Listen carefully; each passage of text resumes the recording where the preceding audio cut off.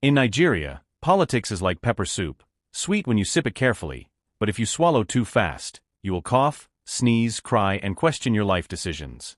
This story? It begins in a small town where dreams are big, pockets are empty, and every politician claims they came to serve the people, even though the people have never seen the service. Kunal was one of those young men with a pure heart. Fresh graduate. Clear eyes. Loud determination. The kind that still believed Nigeria could change. You know that kind of person? The one that believes honesty is enough to survive in Nigerian politics? Yes. God bless his courage. Anyway, Kunal decided he wanted to run for councillor. Not governor, not senator. Just councillor. Because he believed change starts from the grassroots. But unknown to him, the grassroots in Nigerian politics has thorny roots that can cut your leg if you step carelessly. The first time Kunal attended a political meeting, he dressed as if he was going for a UN summit. White shirt, clean shoes, even sprayed perfume. Meanwhile, everybody else came with slippers, polo shirt, and the kind of confidence only politicians have, the confidence of people who know they will soon collect money. As Kunal sat down, the chairman, an elderly man with a stomach that entered the room before he did, looked at him and smiled that political smile. Not the one you give a friend. No. The smile politicians give when they already know your future more than you do. Kunal, he said, welcome to the game. Now the way he said game made Kunal's stomach tighten.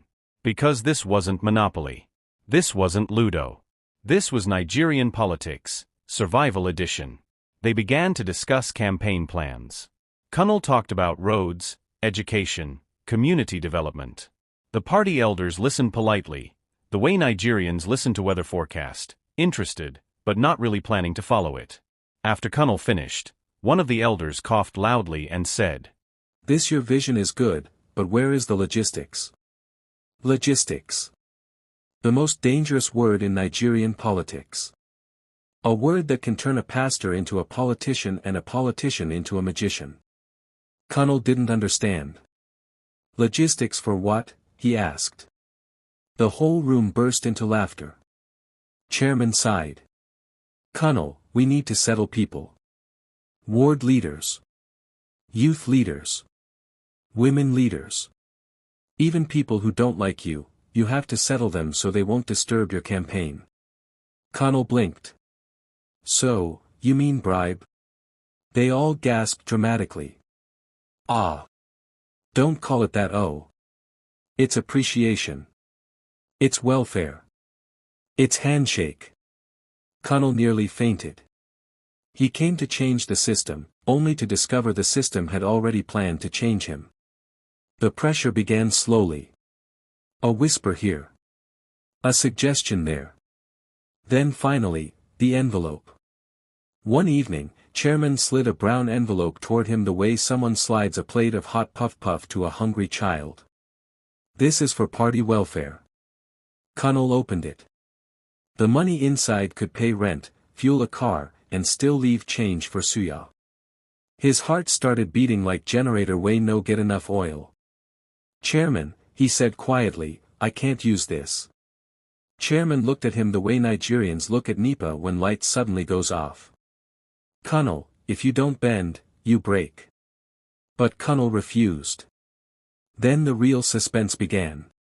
Ward leaders suddenly stopped picking his calls. Rumors started spreading. That he was arrogant. That he was too proud. That he didn't respect party structure. Even his campaign posters disappeared mysteriously. Someone tore them at night. Someone even used one to wrap roasted corn. Kunal was frustrated, but he kept pushing. He visited houses. Talked to the youth. Encouraged people. He believed in clean politics. But the real twist came on election day. Kunal lost. Not surprising. In fact, expected. But that's not the twist. Chairman called him privately. His voice low, no microphone, no crowd. Kunal, he said, you are a good man. That is your problem. But also, your strength. Then he confessed. He said he admired Kunal's refusal to take the envelope. He said many young politicians talk about change but fall at the first sight of money. He said Connell was different. And then he handed him another envelope. Connell's eyes widened. "Sir, I won't take it." Chairman laughed. "This one is not for bribery. This is your reward, for refusing to be corrupt. I wanted to see if you were real or just another noisemaker." Connell opened the envelope. Inside was not money. It was a letter. A recommendation letter appointing him into a youth policy advisory board, an honest path to influence change without selling his integrity. Connell looked up, shocked. Chairman smiled softly. "In this game, good people are rare. Don't lose yourself. Nigeria needs you, more than you think." And that was the final twist. Connell lost the election. But he won something greater. Not power. Not position. But a clean name. And in a country where corruption grows like grass after heavy rain, a clean name is the beginning of real change. Because corruption does not start in Abuja.